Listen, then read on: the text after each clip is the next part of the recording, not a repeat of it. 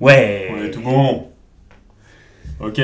C'est le combienième de l'atelier Fast? C'est que le deuxième? 3. Troisième? Troisième épisode de l'atelier Fast. Eh oui les gars. Ok, bienvenue sur le troisième épisode de l'atelier Fast. Ouais. Est-ce que tu peux nous expliquer la présence du chat? Parce que les vidéos de chats font pas mal de buzz sur le net. Ouais. Pour faire un truc un peu putaclic et joindre l'utile à l'agréable, on a amené un chat. Donc Voilà. on joue sur la mignonnerie Ouais, on essaie d'attendrir. pour déclencher un buzz sur Mais Instagram. On aura plein de meufs qui suivront le podcast comme ça. Ouais, et des amoureux des chats. Et elle va se poser là. Peach. Et si elle saute... C'est incroyable. Si elle te- Ok, elle nous a Ok, vraiment on fait- peut démarrer. Yes, et Raph, troisième épisode de l'atelier Fast. Yes. Autant des fois ça va vite quand on fait le podcast, autant des fois il y a un peu de temps entre les podcasts. Ouais, genre les vacances. Vers les vacances. C'était bien? C'était cool. C'était cool. très cool. La reprise, la rentrée. Ouais, à la rentrée, écoute, tout va bien, plein de projets. Qu'est-ce qu'on peut se souhaiter? Plein d'invités pour le podcast, Yes. plein de thèmes sympas, éviter les boulets. Voilà, hein, c'est bien, non? Si. Et toi, t'en penses quoi? Bah écoute, ça va. Très bonne rentrée. Allez, feu. On a ouvert la salle cette semaine, donc Yes. c'était plutôt cool. Et ouais, j'espère beaucoup de bons podcasts. On a des petites idées. Yes. Ok, on démarre cet atelier Fast sur la question des avariants. On avait eu pas mal de questions après le podcast de Olivier Bollier qui parlait de l'amélioration du squat, de la force en squat pour améliorer la détente verticale. Donc il cherchait comme ça, lui, des invariants, c'était un petit peu sa méthode. Il cherchait des invariants pour que ce qu'il fasse dans la salle transfère sur les athlètes. Et à partir de là, on a eu beaucoup de questions sur comment je sais à quel moment j'augmente mes capacités par rapport à ce que je fais en force dans la salle. Et j'ai voulu revenir là-dessus parce qu'il y a un type qui s'appelle Paul G. Fabrit, qui est l'entraîneur perso de James Harden en basket. Et c'est aussi un des rares préparateurs physiques qui est sponsorisé par Adidas comme préparateur physique. Ça, c'est plutôt cool. Et qui a un podcast qui s'appelle PGF Performance et qui revient là-dessus. Et donc, on va revenir un petit peu sur ce thème parce qu'il explique de manière très cool. C'est à quel moment fort, c'est assez fort ou fort, c'est trop fort. Donc en fait, c'est surtout toi qui va revenir là-dessus, là, dans ce podcast-là. Je sais que tu as pas mal de choses à dire là-dessus. Juste peut-être 2 secondes pour clarifier ce qu'est invariant. T'entends par invariant toute progression physique qui va se transférer à un autre geste physique, quoi qu'il arrive, chez n'importe qui. En gros. Ouais, c'était D'accord. le sens qu'avait donné Olivier, je pense, à ça. Ouais, c'est lui, son exemple simple, c'était de dire si je progresse en force maximale au squat, je progresserai de toute façon en détente verticale. Voilà. Ça, c'est un invariant. Ouais. Ok. Le problème, c'est que souvent, c'est sorti d'un contexte. Et là, on n'en avait pas vraiment donné des contextes. Et aujourd'hui, c'était intéressant de voir un petit peu que c'est pas si facile que ça, le travail transférable. Donc, ce PJ Fabrice, il parle de son neveu. Il va faire de la balançoire avec son neveu. Je pense qu'il essaye de faire un tour, comme on a tous essayé de faire avec des enfants, pour voir s'ils allaient y revenir. Qui fait ça? T'as jamais eu cette idée? Et il voit, il dit, il va super haut son neveu, et à un moment donné, son neveu, il finit de sortir de la balançoire en pleine rotation. Je tiens à dire que c'est totalement hasard que Jean-Marie ait toujours le même t-shirt sur tous les podcasts qu'on fait. C'est vrai. Je suis allé chez lui, il a d'autres t-shirts. D'accord? Je viens de remarquer que t'as encore le même, mec. On dirait que t'as pas bougé depuis la dernière fois. C'est la même chose. Ils vont croire qu'on enregistre en boucle. Mais je te jure. Il est en balançoire, il saute de la balançoire. Il atterrit sur les 2 pieds et il se barre comme un boss. Donc, boum, il bloque sa position sur les genoux. Hop, ses genoux ils bougent pas. Ouais. Et il part jouer. Un 10 sur le praticable JO. Un 10 sur le praticable. Et ce qu'il dit, Paul G. Fabrice, c'est, à votre avis, par rapport à ce que disent souvent les coachs en salle qui disent, tu sais, si tu veux devenir athlétique, il faut que tu squattes 2 fois ton poids de corps, il faut que tu deadlifts un peu plus ton poids de corps, 2,5, 3 fois. Il dit, sincèrement, cet enfant-là, c'est parce qu'il joue tellement dehors, il fait tous les sports possibles et imaginables, en fait, il exploite un petit peu la nature autour de lui, qu'il a créé une force humaine.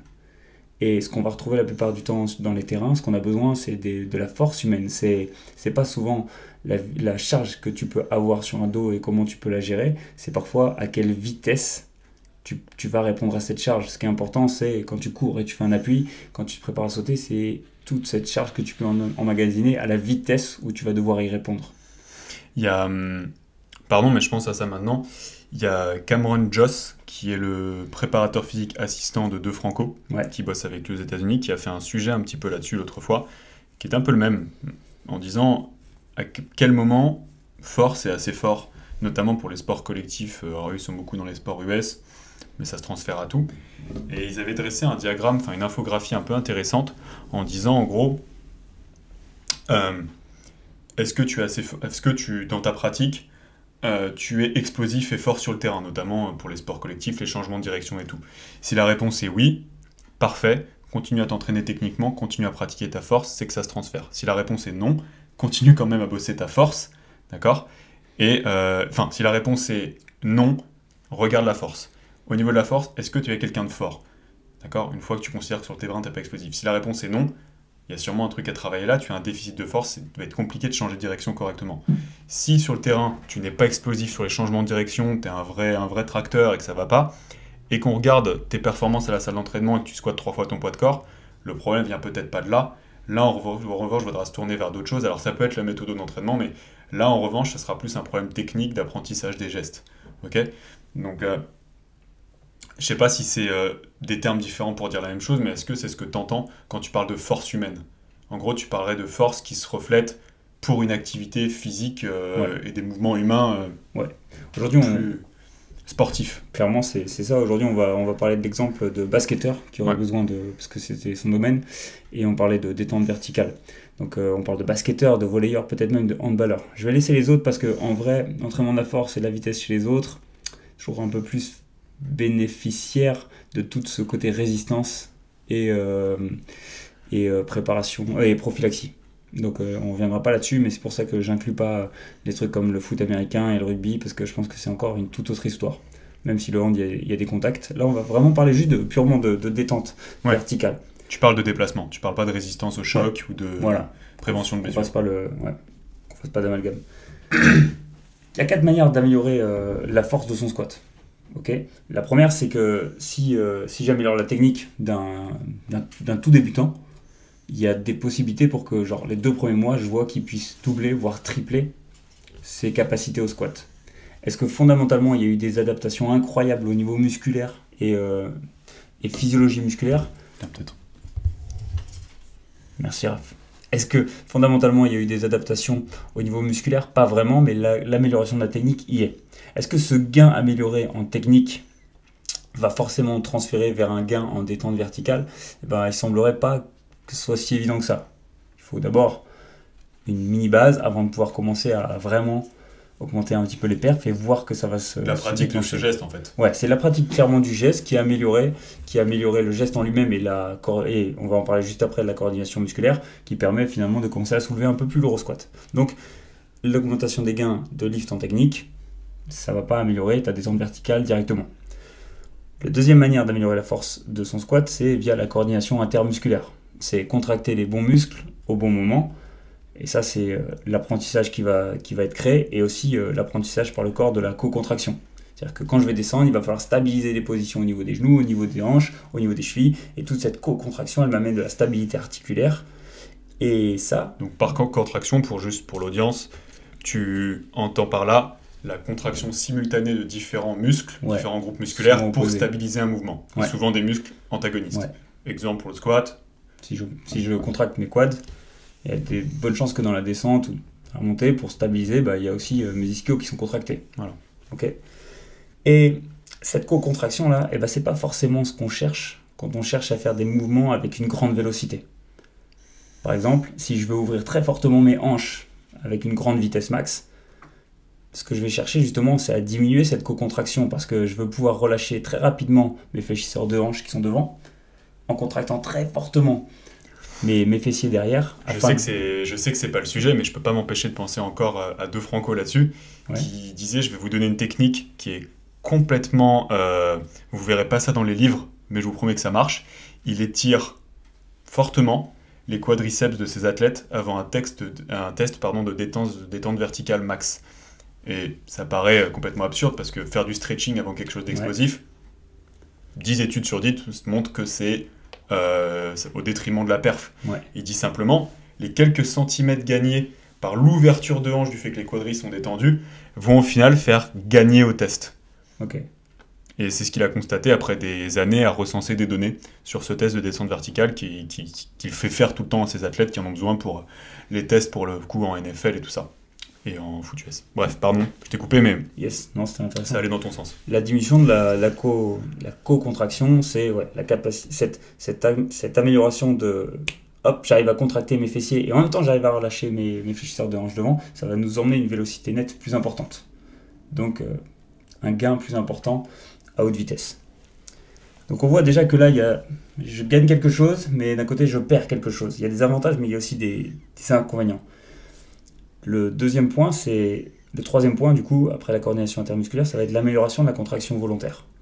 L'entraînement en squat, il va me permettre d'améliorer cette contraction volontaire. C'est-à-dire que je vais faire appel à des unités motrices et je vais essayer d'aller recruter justement ces fibres rapides, soit en soulevant lourd, soit en soulevant rapide, soit en soulevant des poids assez lourds et en y mettant l'intention d'aller vite.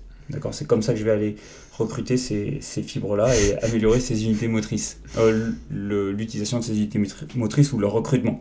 Mais donc ça veut dire que si je lifte lourd, je peux potentiellement améliorer ma contraction volontaire. Ça peut être une bonne chose. On va le voir juste après, ça peut être une moins bonne chose. L'amélioration de mes lifts lourds, elle va aussi me permettre peut-être d'améliorer la fréquence à laquelle je peux contracter ces muscles-là, via l'entraînement en lourd. Alors, est-ce qu'à ce stade, faut dire que pour ces épisodes de l'Atelier Fast, le but c'est que on prépare très peu à deux, d'accord ? Ouais. Jean-Marie a préparé son sujet, là je réagis vraiment à chaud, je découvre ce qu'il dit, donc peut-être que tu vas en parler derrière. Est-ce qu'à ce stade, tu peux déjà donner quelques premières clés de choses que tu fais avec tes athlètes, toi, pour ça ? Pour tester ce dont ils auraient besoin. Est-ce que ça va dépendre de leur niveau d'entraînement ? Par exemple, direct, tu sais que si quelqu'un est très entraîné, il faudra plutôt bosser là-dessus. Ou est-ce que tu as des tests spécifiques ou à l'œil ou comment tu fonctionnes ? Alors, rapidement. L'idéal, ça serait d'avoir quand même accès à une plateforme de force. Ouais. Parce que c'est quand même ça qui permet de diriger un petit peu ton entraînement. Et, ou alors des tests, par exemple, je sais qu'il y a MyJump, c'est une appli justement que JB Morin avait mis au point. Et c'est très drôle parce que personne n'en parle en France. Mais il y a des mecs qui l'utilisent dans les plus grosses universités américaines et qui en parlent. La dernière fois, j'écoutais un podcast et c'est Mark Schwarzo. Ouais. Et c'est Strong by Science podcast. Incroyable son podcast. Et il était là et il disait...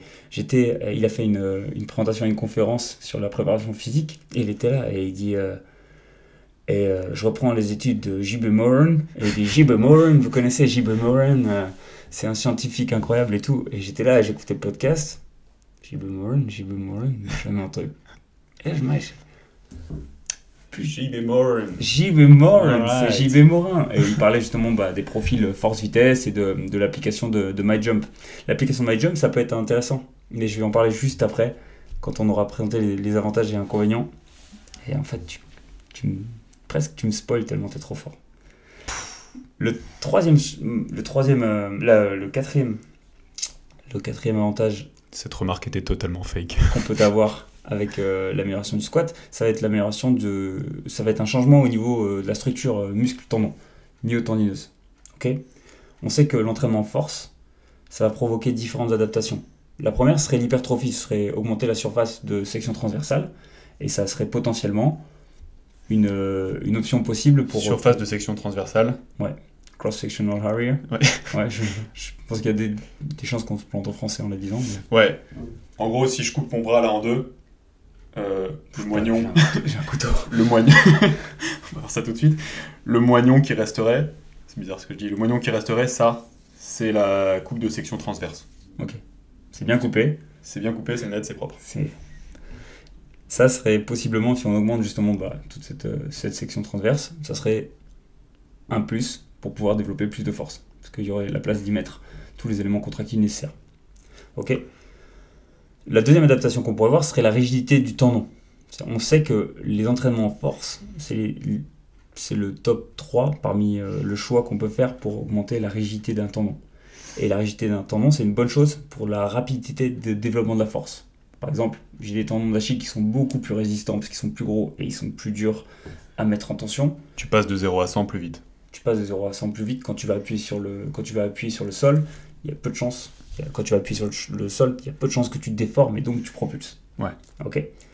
Ça peut être une bonne chose, ça peut être une mauvaise chose. Comme l'hypertrophie, on va le voir. Parce que qu'est-ce qui se passe si mon tendon il devient trop raide? Bah, on sait que la rigidité de mon tendon, elle me permet de diminuer ce taux de ce développement de la force, mais on sait aussi qu'un tendon trop raide, ça va parasiter mon cycle étirement-contraction. Et par exemple, si je fais des tests de détente verticale, plus de chances que si je préactive mon saut, je saute plus haut, que si je pars d'une base où je suis complètement à plat au niveau des pieds au sol. Ok, donc si j'active, je fais un mini saut, je mets en prétention mes chevilles, il y a des chances que j'arrive à répulser plus facilement. Donc c'est un juste milieu à trouver en fait. Il y a une bonne chose, il y a une mauvaise chose. Il faut quand même que j'ai un tendon qui soit un petit peu compliant au démarrage. C'est-à-dire qu'un élastique, ça doit rester élastique. Ouais. Du coup, il y a d'autres impacts. On pourrait parler de l'impact de force de transmission latérale, mais on ne va pas rentrer dans le sujet. Mais il y a un mec qui s'appelle Chris Bursley, et vous pouvez le trouver sur Internet, sûrement avec la prononciation que je viens d'en faire, sinon on le mettra en sous-titre, et qui s'occupe justement de trouver en fait tous les avantages et inconvénients de ce qu'on fait. Et si vous demandez pourquoi c'est pas linéaire, en fait c'est parce que justement dans tout ce qu'on fait, par rapport à la recherche qu'on y met, par exemple d'augmenter la détente verticale, en vrai il y a des avantages et des inconvénients. Par exemple, si je commence à augmenter la surface de section musculaire transversale, de prendre du muscle, je prends du muscle. Du coup, ça se trouve, et que je m'entraîne à faire du squat, je suis en train de potentialiser ma capacité à soulever lourd en n'allant pas forcément super rapidement. Mais par contre, peut-être que même au niveau du muscle en soi, si je regarde à l'intérieur, le levier il a changé. La force pour activer mon levier a changé. C'est-à-dire que pour changer la position d'un os dans mon articulation de ça à ça, je suis obligé d'augmenter la force. Donc il me faut plus de contraction pour changer ce même angle. Donc déjà à l'intérieur, j'ai peut-être modifié la structure même de l'articulation. La structure et mes leviers. Enfin, la biomécanique de l'articulation. Et j'ai changé mes leviers. Et c'est pour ça que quand on regarde des athlètes, ils sont pas forcément, si on regarde des basketteurs, ils sont pas forcément huge. C'est pas Hugh Jackman, ça c'est pas lui. Désolé, j'ai envie de la faire. C'est pas des bodybuilders. Si je regarde des volleyeurs, c'est pas des bodybuilders. Si je regarde des athlètes, c'est typiquement, on dit, c'est un athlète. C'est pas un bodybuilder. Parce que ça va changer à l'intérieur du corps. Et aussi parce que tout le gain de poids que tu as, c'est du poids en plus à porter. C'est du poids en plus à porter. Il y a quelques prises de poids qui sont intéressantes parce que parfois elles remplacent aussi la graisse que tu avais et qui ne servait à rien. Mais malheureusement, vous expliquez pas que la graisse se transforme pas en muscle, on le sait. Malheureusement, je perds un peu de poids, je gagne une masse musculaire qui m'aide à pousser plus lourd et par contre ça se transfère intéressant, mais on sait qu'à un moment donné, ça devient surtout un poids qu'il va falloir déplacer. Et là, dans le cas de la détente verticale, un peu plus compliqué. Du coup, pourquoi j'ai expliqué qu'il y avait toujours des avantages et des inconvénients? Parce que c'est de cette manière-là, tout à l'heure tu me demandais, qu'on va savoir quand fort, c'est assez fort. En gros, je sais que l'augmentation de la force de mon squat, elle va jouer dans quoi? Pour l'augmentation de ma détente verticale, elle va jouer dans l'augmentation de la contraction, l'amélioration de la contraction volontaire et la rigidité de mes tendons. Ça, c'est l'amélioration de ton squat. Ouais, qui va transférer. Ouais. Et rien n'est linéaire du coup, et quand je vais commencer à m'entraîner, je vais peut-être avoir des premiers gains en squat. Donc j'ai amélioré ma technique du début, ça c'est bon, et maintenant j'ai un certain plateau, et puis maintenant je crée de la surcharge progressive sur cette mécanique qui est bonne, et j'augmente les valeurs en squat de mon athlète. La première année, après l'apprentissage, peut-être que je fais une session, et je pense avoir eu 100% des gains. En vrai, je pense avoir gagné $1 ou €1. Okay. Mais ce qui se passe, c'est que je suis taxé à 80%. Ce qui me reste, c'est 20 centimes. Pourquoi je suis taxé à 80%? Parce que tout ce que je fais dans le squat, vous l'avez vu, ça ne transfère pas forcément. Et ça va un peu à l'encontre, parfois, de ce que je recherche. Par exemple, la détente verticale, la co-contraction, la perte de la compliance, et aussi le temps passé à la salle, on ne va pas se mentir. La deuxième année, je fais la même chose. Je continue à progresser. Parce que 20 centimes, c'est toujours 20 centimes dans la poche à chaque session. Donc on devient plus riche. La deuxième année, je fais la même chose, mais pour chaque session, en fait, je suis taxé à 90%. Ces sessions de force, là, au fur et à mesure que ma force elle a augmenté, ça me rapporte maintenant que 10%. Mais 10%, c'est toujours ça de prix. Donc on continue à faire ça. Arrivé à un moment donné où notre athlète, il est devenu vraiment fort. Et à ce moment-là, et si j'ai par exemple les applis comme MyJump ou des transferts ou des plateformes de force, ou alors simplement je le teste sur des détentes verticales où il doit toucher Du quelque sergent chose. de test ou des trucs comme ça. Voilà. Ouais. Et ben je vais me rendre compte que je l'entraîne et il progresse plus. Parce que en réalité, 3 ou 4 ans plus tard, sa même séance là, pour chercher à augmenter, parce que c'est une séance qui moi, dans l'idée, mon but c'est de faire augmenter sa perf au squat. Qu'est-ce qui se passe? Elle me coûte 110%. Du coup, je suis en train de perdre 10%. Ces 10% qui arrivent, c'est l'augmentation de tous les inconvénients par rapport au temps que ça me prend, à la faiblesse des gains que je peux avoir maintenant que mon athlète est bien entraîné en squat. Et ça veut dire qu'il est temps de faire autre chose. Est-ce que tu veux dire qu'il est temps d'arrêter le squat? Non. Ou il est temps de supplémenter avec d'autres choses? Il est temps de mettre en place quelque chose d'un petit peu plus intéressant pour l'athlète, notamment par exemple peut-être des phases unilatérales, différents stimuli de contraction, différentes vitesses de contraction.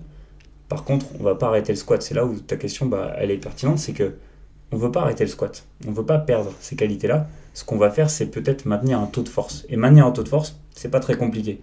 Tu vas une fois à la salle par semaine sur un lift que tu penses indispensable à ton athlète, par exemple le squat sur la détente verticale, et on va lui maintenir avec 4 séries de 2 répétitions sur des charges lourdes. Et tant qu'on reste dans ces ratios-là, d'un coup on n'est plus dans la recherche de l'augmentation de ses performances, mais dans le maintien de ce qu'il a déjà, et on va pouvoir explorer différentes aires qui pourraient nous amener justement à plus de résultats. Par exemple l'entraînement pliométrique sur les effets de la diminution de la co-contraction au niveau de mes chevilles, au niveau de mes hanches. Donc la fatigue qu'il s'épargne en ne faisant plus un gros cycle de squat pour progresser, il a ce gain d'énergie pour d'autres choses en fait. Ouais, et aussi on va diminuer l'apparition des inconvénients. Parce que si je continue à faire mes entraînements en force, et que pour aller augmenter la force, je suis obligé d'augmenter la co-contraction de tous ces muscles, alors que ce que je cherche, c'est pouvoir bénéficier de cette diminution quand je suis à haute vitesse, et ben je suis en train de perdre encore des avantages. Ouais, ok. Ce que t'en reviens, le sujet un petit peu du truc, c'est quand même si je me trompe, de mesurer. Pour savoir ce qu'on fait, on le dit souvent, toi sur ton Insta, moi sur le mien, sur les posts qu'on fait, dans les podcasts, etc. Mesurez ce que vous faites, sinon vous ne savez pas ce que vous faites. Ouais, c'est ouf. Et parfois on est persuadé qu'on a créé un bon programme. Mais on n'a pas amélioré ce qui devait être amélioré. Ouais. Et que tu peux avoir un programme qui marche avec une personne, parce qu'elle répond très bien à l'entraînement de la force, mais ça se trouve, la personne à côté, dans son équipe, tu lui fais faire le même, et là, boum, tu te retrouves avec des déclinaisons de performance. Est-ce que toi en ce moment t'entraînes des athlètes ou un athlète avec qui tu as cette problématique et avec qui tu essaies des choses? Alors il y en a deux à qui je pense, il y en a un, c'est Teddy, donc là on a fait le summer prep avec lui. Ouais. L'idée était un petit peu différente par contre, parce que l'idée aussi, il y avait une grosse partie d'apprentissage. On voulait lui apprendre les lifts principaux, le soumettre à différents stimuli et bénéficier de toutes ces approches d'enseignement du CrossFit pour pouvoir lui apprendre les bons mouvements et permettre de commencer déjà à bosser sur quelques zones de faiblesse. Mais typiquement, c'est le genre de gabarit où des quads énormes, ça démarre très fort, mais peu de qualité de pied liée à justement, je trouve, une partie sous les genoux qui est plus faible. Ou alors Nico qui est au Japon et qui je programme toujours. Et Nico, on a une base et déjà sur ses lifts. C'est 2 rugbyman. Ouais. Ok. 2 rugbyman et ça me permet de voir aussi, par exemple, moi c'est Keegan Smith qui m'avait dit un jour, vous pouvez retrouver le podcast de Keegan Smith, c'est, tu vois, t'as un problème pour mesurer les mecs, à un moment donné, il faut que tu sois créatif. Et c'est pas grave si, genre, c'est pas le truc le plus accurate du monde, c'est pas le truc le plus précis du monde, mais choisis par exemple ce qui peut développer le plus de la puissance, je sais pas moi, entre 50 et 60% d'un max, et demande-lui de faire moins de 5 répétitions, en moins de 6 répétitions, tu sais qu'il y aura moins de déclinaison de la vitesse, et combien il peut en faire à cette vitesse-là. Parce que vu que c'est difficile de calculer une répétition, calcule-en 5. Prends un test fiable et regarde rapidement combien de distance il peut parcourir. À ce propos, si tu regardes un petit peu les plateformes de force, en vrai, ce qu'on va calculer dans un contre-mouvement, c'est le temps passé du pied au sol. Ouais. Et si tu es intelligent et que tu as une appli iPhone et que tu regardes, c'est un peu long, mais tu fais sauter ton athlète pour la détente verticale. Et tu regardes si à chaque fois le temps au sol est plus important. Ouais, et tu regardes combien de temps il a passé au sol avant de rebondir. Et c'est des petits trucs, mais en vrai, déjà, ça le maintient dans le game. Et toi, ça te permet déjà d'aiguiller ce que tu veux faire. Après, le grand luxe, c'est de pouvoir avoir un tracker. Et à chaque lift, tu recesses. Parce que on perd aussi du temps des fois en salle, mais à chaque lift, tu pourras aussi faire un démarrage ou un saut. Et comme ça, tu fais presque du bulgare, enfin du French contrast training. Et tu vois où t'en es. Et quand ça commence à diminuer, tu dis ok, le 5e, il est plus lent, on arrête. Ou après le 5e, t'as pas sauté aussi haut, on arrête. Et ça te permet quand même de donner une structure à ton entraînement. Ok. Toi, tu as d'autres idées? Est-ce que tu veux rebondir là-dessus? Oh, plein. Mais on a dit que c'était un atelier fast et on arrive à 25 minutes. Ok. Et je voulais surtout savoir si toi, tu avais des choses à ajouter dessus. Ouais, il y en aurait 1000, mais je pense qu'on a déjà bien avancé. Et franchement, celui-là, il va falloir se le refarcir s'il y a eu des termes compliqués. Moi, j'avais une dernière question là-dessus. Quel est le premier facteur sur lequel tu vas jouer la plupart du temps chez tes athlètes? Est-ce que ça reste quand même... En fait, pour clarifier, on a beaucoup dit... Je veux pas qu'on ait l'impression dans ce podcast qu'on dise que la force max ne sert à rien. Ouais. Bien au contraire. Ouais. En fait, c'est même pas une question, c'est une remarque avec laquelle je sais que tu vas être d'accord. C'est pour dire que le premier facteur à développer chez un athlète nouveau va de toute façon être la force maximale si vous voulez se transférer ça à l'explosivité. Là, c'était un petit peu pour orienter ça vers des phases de préparation avancée ou des athlètes qui ont un certain niveau pour lesquels ça ne suffira plus. Je me trompe? C'est clair. Ok, et pour lesquels juste pour ça clarifier ça. Pas à la question de ta problématique, mais en vrai, la force... On aurait peut-être dû commencer par ça. Ouais, mais la force, elle intervient dans tellement de... En fait, ta force, c'est ce qui permet de bouger l'objet ou ton corps. Tant que t'as pas de force, ça va pas bouger. La force, c'est ce qui te permet d'être fort par rapport aux blessures. Si t'es pas fort, t'es faible, tu te blesses. Donc la force, c'est la base de tout système. L'apprentissage de lift lourd, à mon avis, c'est aussi la base de beaucoup de systèmes. Je vois, il y a Fred Barcero qui a publié la dernière fois, voici un exercice super intéressant sur la prophylaxie, et c'était du squat lourd, et je trouvais drôle. Bravo pour le post, Fred, parce que, ouais, c'est vrai, genre... on parle beaucoup de... Les choses simples fonctionnent. Ouais. Mais aujourd'hui, on parlait vraiment de l'amélioration de la détente, et quels sont les avantages et inconvénients, et à quoi il faudrait faire attention. Quand est-ce que ça suffit plus de juste pousser lourd? Ouais, et ça suffit jamais d'ailleurs, parce qu'en vrai, on le voit avec l'exemple de la balançoire, un enfant qui bouge dans toutes les directions et qui est soumis à de la pliométrie naturelle et qui apprend à justement loader, à résister en excentrique et à changer de rapidité, et à changer rapidement de posture ou d'axe, et ben c'est tout ce qui va être bénéfique pour le futur athlète. Un futur athlète ne se construit pas nécessairement. Oui, mais est-ce qu'un enfant qui a ces facultés-là ou qui est naturellement gâté ou toute sa vie a été dehors ne va pas s'améliorer encore s'il devient plus fort? Bien sûr. Voilà. Ouais. Mais est-ce qu'un enfant il est capable de faire 150 kg au bench? Je crois pas. Alors calme-toi, sale gosse. Ok. Je suis désolé. Ça m'énerve. Ok. La prochaine fois, de quoi on parle, Raph? La prochaine fois, je sais pas. Enfin, on a plusieurs sujets qu'on voulait aborder. Yes. Moi, j'aimerais la prochaine fois que tu nous parles d'hypertrophie. Ok. On a parlé sur le dernier épisode de cardio. Ouais. Là, on vient de parler d'un sujet un petit peu technique. J'aimerais que tu parles d'hypertrophie et ses mécanismes et de démonter quelques mythes qui ont la peau un peu dure. Les 10-12 reps pour 4 séries, ça va 3 minutes. Aussi efficace ce soit. Et puis on va pas le dire. On va garder des petites surprises. Il y a quelques idées qui vont venir. Ok. Si les auditeurs ont des idées, ils peuvent aussi les envoyer. Ouais, en plus, bien sûr. Le sujet de ces ateliers FAST, c'est ça, c'est balancer vos idées si vous avez des sujets un peu intéressants sur lesquels vous voudriez qu'on intervienne. Évitez de nous dire régime paléo ou tout ça, on le fera pas. Donc voilà, des trucs intéressants. Yes, ok, merci les gars. Salut!